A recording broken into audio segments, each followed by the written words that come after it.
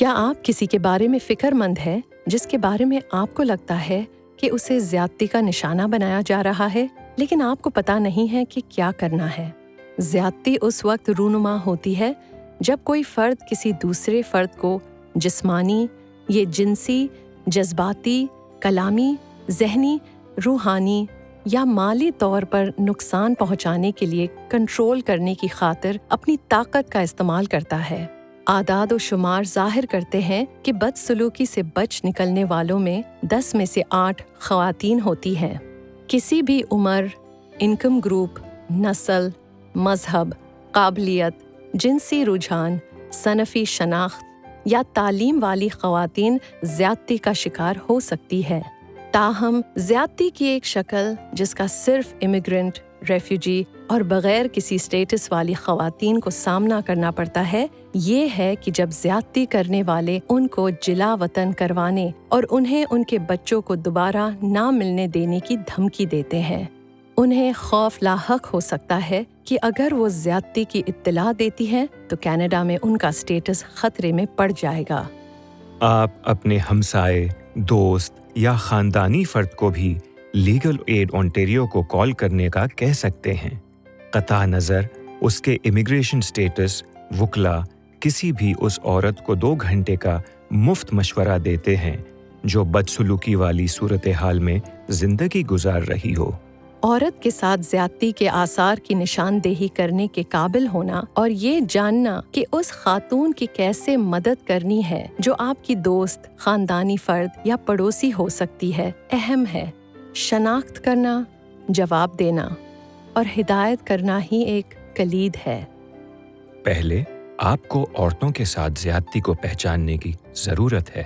اگر کسی عورت کے بدن پر خراشیں ہیں اور وہ انہیں چھپانے کی کوشش کرتی ہے یا اپنے زخموں کے لیے ہیلے بہانے تراشتی ہے تو ان کا سبب زیادتی کرنے والا ہو سکتا ہے۔ بہت ہی کم واضح نشانیاں بھی ہو سکتی ہیں، جیسے کہ اپنے پارٹنر کا جارحانہ سلوک، دوستوں اور خاندان سے دور ہونا، افسردہ دکھائی دینا، تنہا، علیحدگی پسند اور خوفزدہ۔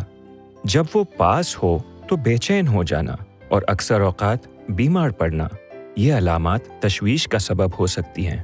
اس کے لیے خطرہ زیادہ بڑا ہو سکتا ہے اگر اس کی ابھی علیحدگی ہو گئی ہو یا وہ علیحدگی کے بعد جانے کا منصوبہ بنا رہی ہے۔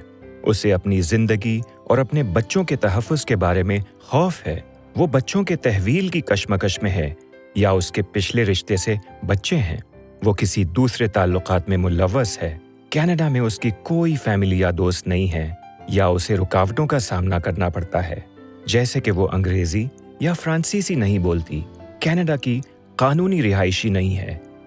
اگر آپ زیادتی کی نشانیوں کو پہچان لیتے ہیں تو آپ کا کیا رد عمل ہونا چاہیے؟ جب وہ اکیلی ہو تو اس عورت سے بات کرنے کو یقینی بنائیں۔ اسے بتائیں کہ آپ اس کے بارے میں فکر مند ہیں اور جو کچھ ہو رہا ہے اس میں اس کا کوئی قصور نہیں ہے۔ اگر وہ چھوڑ جانے پر غور کر رہی ہے تو کسی مقامی ایجنسی سے بات کریں جو تشدد سے فرار حاصل کرنے والی خواتین کی مدد کرتی ہیں کہ وہ حفاظتی منصوبہ کیسے بنا سکتی ہے۔ بچ نکلنے والوں کے لیے زیادتی والی صورتحال کو چھوڑنا ایک انتہائی خطرناک کام اور خطرے کے اوقات ہوتے ہیں، اسی لیے مدد حاصل کرنا ضروری ہے۔ اس سے پوچھے کہ آیا وہ گھر میں خود کو محفوظ محسوس کرتی ہے اور اس کی حوصلہ افزائی کرے کہ وہ اپنے ضروری کاغذات اور اشیاء کو کسی چھوٹے سے تھیلے میں ڈال کر آپ کے گھر میں محفوظ کروا دے۔